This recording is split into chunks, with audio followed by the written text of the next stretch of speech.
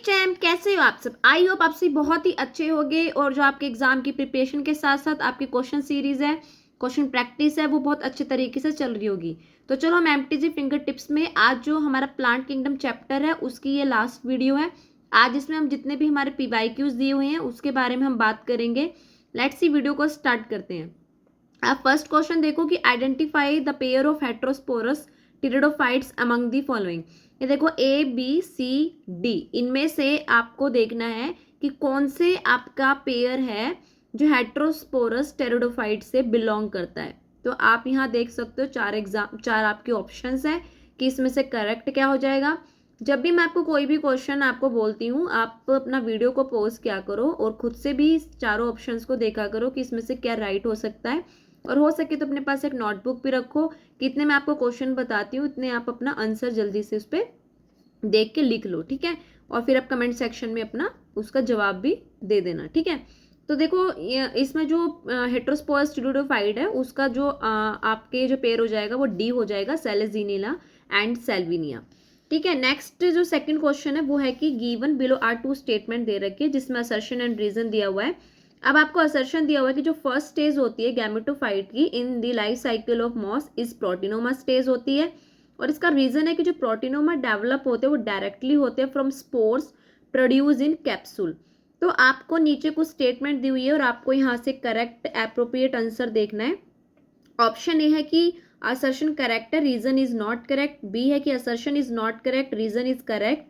सी है both A assertion and reason are correct है, reason is correct explanation of assertion. And D है both assertion and reason are correct but जो reason है वो is not the correct explanation of A.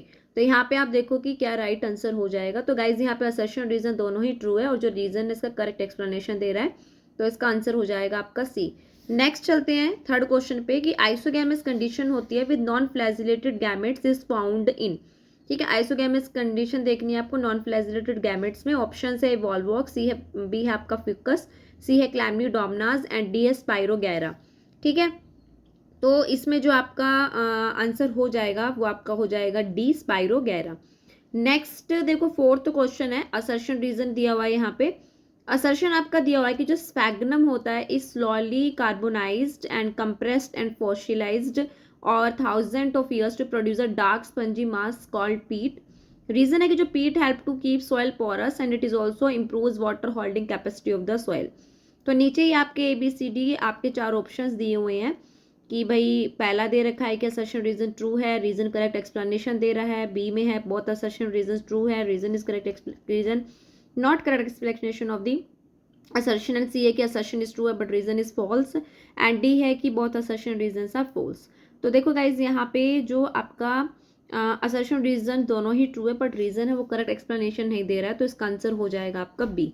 Next देखते हैं fifth question है कि from evolutionary point of view retention of the female gametophyte with developing young embryo on the parent sporophyte for the some time. ये वाली जो condition है वो कहाँ पर ऑब्जर्व्ड होती है? A gymnosperm, B liverwort, C mosses and D pteridophytes. तो ये जो कंडीशन है वो आपकी देखी जाएगी टेरिडोफाइट्स में, तो आंसर हो जाएगा आपका डी। नेक्स्ट देखो सिक्स क्वेश्चन है कि which one is wrongly match, कौन सा आपका नीचे ऑप्शन है रॉन्गली मैच है।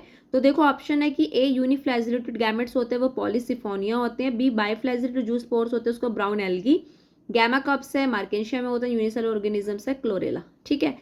तो यहाँ पे देखो आपका रॉन्गली मैच हो जाएगा आपका ए यूनिफ्लैजिलेटेड गैमेट्स, बिकॉज जो पॉलीसिफोनिया होता है वो एक नॉन मोटाइल मेन गैमेट और उसको स्पर्मेटिमम, ठीक है, वो क्या होता है करेक्टरिस्टिक फीचर्स होते हैं हमारे पॉलीसिफोनिया के, ठीक है। नेक्स्ट जो सेवंथ क्वेश्चन है आप देखो कि मैच द फॉलोइंग दे रखा है आपका, कॉलम 1 में है कॉलम 2 में है। आपको अच्छे से राइट ऑप्शंस को करेक्ट करना है कि कौन सा कॉलम 1 में से कॉलम 2 का आपका राइट हो जाएगा। नीचे आपके ऑप्शंस दिए हुए हैं ABCD में से, तो आपको यहाँ से करेक्ट देखना है। तो देखो हम मिलाएंगे कि क्या आपका करेक्ट हो सकता है। तो ये देखो ये जो क्लोरोफाइटा है वो हमारा कारा से है एंड लाइकोप्सिडा का जो आपका यहाँ पे एग्जाम्पल हो जाएगा वो सेलेजीनिलिया हो जाएगा। एंड फाइफाइटा में एक्टोकार्पस आते हैं एंड स्पेनोप्सिडा में आपका इक्विस्टम आते हैं, तो इसका जो आंसर हो जाएगा वो आपका ए हो जाएगा।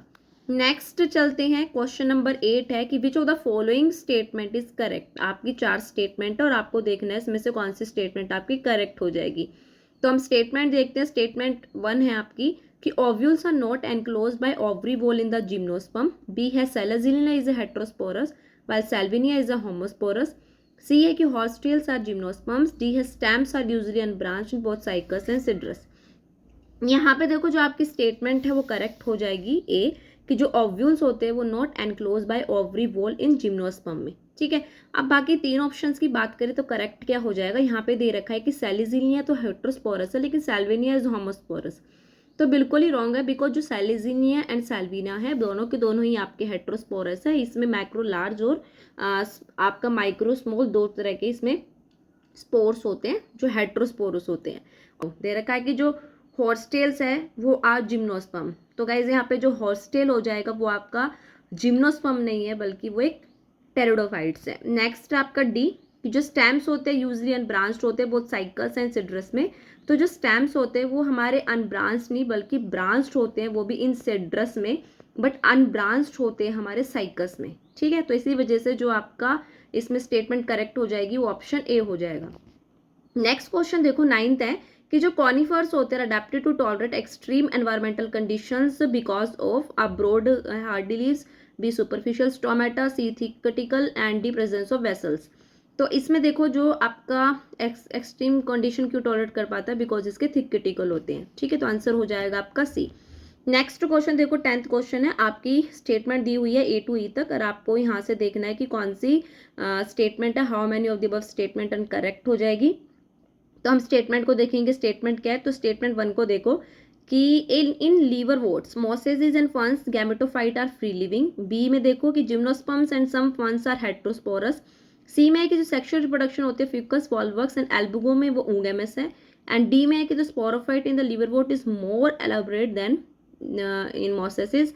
ई में है कि बहुत पाइनस एंड जो हमारा मार्केंशिया है वो डायोशियस है। तो आपको करेक्ट स्टेटमेंट देखनी है, आप देखिए कि इनमें से करेक्ट स्टेटमेंट क्या हो जाएगी और आपका क्या आंसर रहेगा। तो गाइज इसमें से जो आपकी 3 स्टेटमेंट है वो बिल्कुल करेक्ट हो जाएगी, तो आपका आंसर हो जाएगा ए का 3। तो देखो इसमें मैंने आपको बताया कि 3 स्टेटमेंट है वो करेक्ट है, तो हम इसमें से देख लेते हैं कि 2 स्टेटमेंट कौन सी है जो इनकरेक्ट है और बाकी जो बचेगी वो 3 करेक्ट है। तो देखो एक जो आपका ऑप्शन दिया हुआ है ना डी एंड ई, ये आपकी स्टेटमेंट इनकरेक्ट है। रीजन देखो इसमें बोला कि sporophyte in liverwort is more elaborate than in mosses, लेकिन इसका आंसर होना था कि जो मोसेसिस होते हैं ना वो मोर एलेबोरेट होते हैं स्पोरोफाइट। ठीक है, स्पोरोफाइट इन लीवरवोर्ट्स। ठीक है, नेक्स्ट है कि बोथ पीनस एंड मार्केंशिया डायोशियस, बल्कि देखो मार्केंशिया वो डायोशियस होता है लेकिन पेनिस वो हमारा मोनेशियस होता है। तो आपकी जो ऊपर की 3 स्टेटमेंट है एबीसी वो करेक्ट है, डी और ई वो इनकरेक्ट है।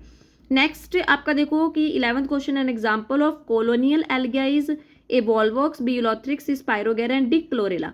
तो इसका जो राइट आंसर हो जाएगा ए वॉल्वॉक्स है, उसमें कॉलोनियल एल्गा है इसका एग्जाम्पल। नेक्स्ट है 12th क्वेश्चन है विच of the following plant is monoecious. नीचे आपके 4 ऑप्शन है, कौन सा प्लांट है वो मोनेशियस है। ए है साइकस सिर्किनालिस एंड बी है आपका कैरिका पपाया, सी है कारा एंड डी है मर्केंशिया पॉलीमॉर्फा। तो इसमें जो राइट आंसर हो जाएगा कि कौन सा प्लांट है वो मोनेशियस है, तो वो हमारा हो जाएगा कारा। बिकॉज जो कारा है ना वो एक एग्जाम्पल है मोनेशियस प्लांट का, और इसमें 2 पार्ट होते हैं आपके, मेल एंड फीमेल पार्ट होता है। जिसमें से मेल होता है वो एंथ्रिडम होता है एंड जो फीमेल पार्ट हो वो आर्केगोनियम होता है जो प्रेजेंट होता है हमारा सेम प्लांट पे। ठीक है, नेक्स्ट आपका 13 क्वेश्चन है कि जो लाइफ साइकिल होती है एक्टोकार्पस की एंड फंगस की वो रिस्पेक्टिवली क्या है। ए है डिप्लॉन्टिक हैप्लोडिप्लॉन्टिक, बी है हैप्लोडिप्लॉन्टिक डिप्लॉन्टिक, सी है हैप्लोडिप्लॉन्टिक हैप्लोडिप्लॉन्टिक एंड डी है हैप्लॉन्टिक एंड डिप्लॉन्टिक। तो देखो जो आपका यहाँ पे बात करें तो जो हमारा आंसर हो जाएगा वो बी हो जाएगा, कि जो आपका एक्टोकार्पस होता है ना वो हैप्लोडिप्लॉन्टिक होती है एंड लाइफ साइकिल, और अगर फ्यूकस की बात करें वो डिप्लॉन्टिक होती है। अब 14 क्वेश्चन है, 14 क्वेश्चन को देखो एंड मैच द आपको दे रखे हैं, लिस्ट 1 लिस्ट 2 दे रखी है, आप द मैच द फॉलोइंग है और बोला है इसने कि मैच करना है प्लांट को विद द काइंड ऑफ उसकी लाइफ साइकिल के साथ, कौन कौन सी उसमें एग्जिबिट कर रही है।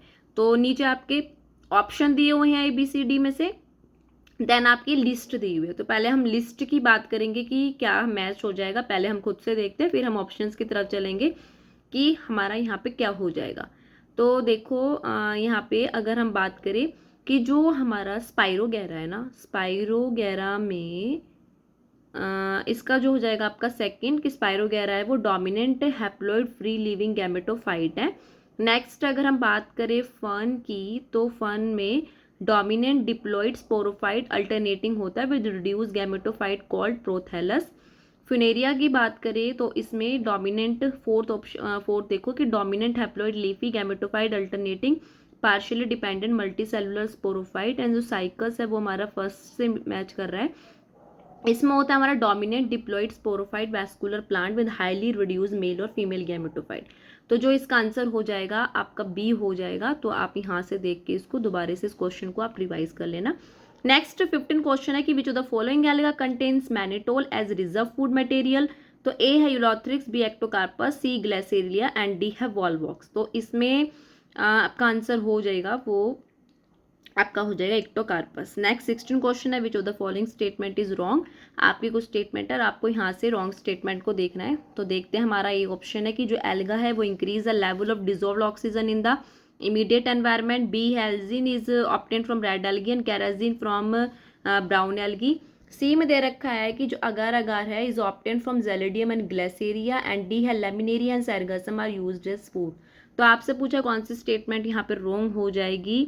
एक बार दोबारा से आपको क्वेश्चन को दिखा देती हूँ। ये आपके ऑप्शंस हैं, ये दो ऑप्शंस ये रहे हैं आपके। तो इसमें जो स्टेटमेंट है वो रॉन्ग होएगी, देखो बी कि जो Elgin is obtained from red algae and carrageen is from brown algae. तो देखो जो एल्जिन होता है वो आपका ऑब्टेन्ड होता है ब्राउन एल्गी से, एंड जो कैराजिन है वो ऑब्टेन्ड होता है आपके रेड एल्गी से। तो ये आपकी स्टेटमेंट है वो रॉन्ग हो जाएगी। तो नेक्स्ट क्वेश्चन देखो 17 है, compared with the gametophyte of the bryophyte, the gametophyte of vascular plant tend to be a smaller but to have large sex organ, B larger but to have small sex organ, C larger and to have larger sex organ, and D smaller and to have smaller sex organ। तो इसमें आपका हो जाएगा कि ये कैसा है, इसमें ब्रायोफाइट गैमेटोफाइट और ब्रायोफाइट में gametophyte vascular plants tend to be smaller and to have smaller sex organ. तो इसका आंसर हो जाएगा डी।